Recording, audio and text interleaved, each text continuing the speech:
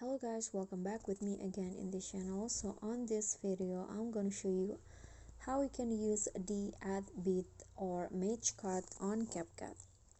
So to be able to use that feature, you first need to add music or audio to your edits.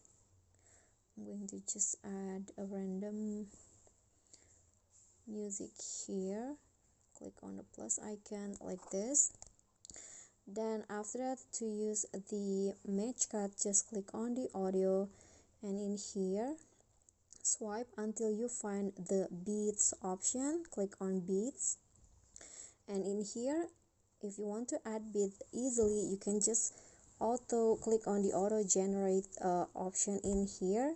Click on the circle and then choose whether you want to use the beat 1 or beat 2 like this. Okay, I'm going to use the beat 2, and after that just click on the check icon, and just like that your audio or music will be marked or match cut like this. Okay guys, so that's all from me. Thank you so much for watching. Don't forget to like, comment, subscribe, and also click on the thanks below. I'll see you all on the next tutorial. Bye.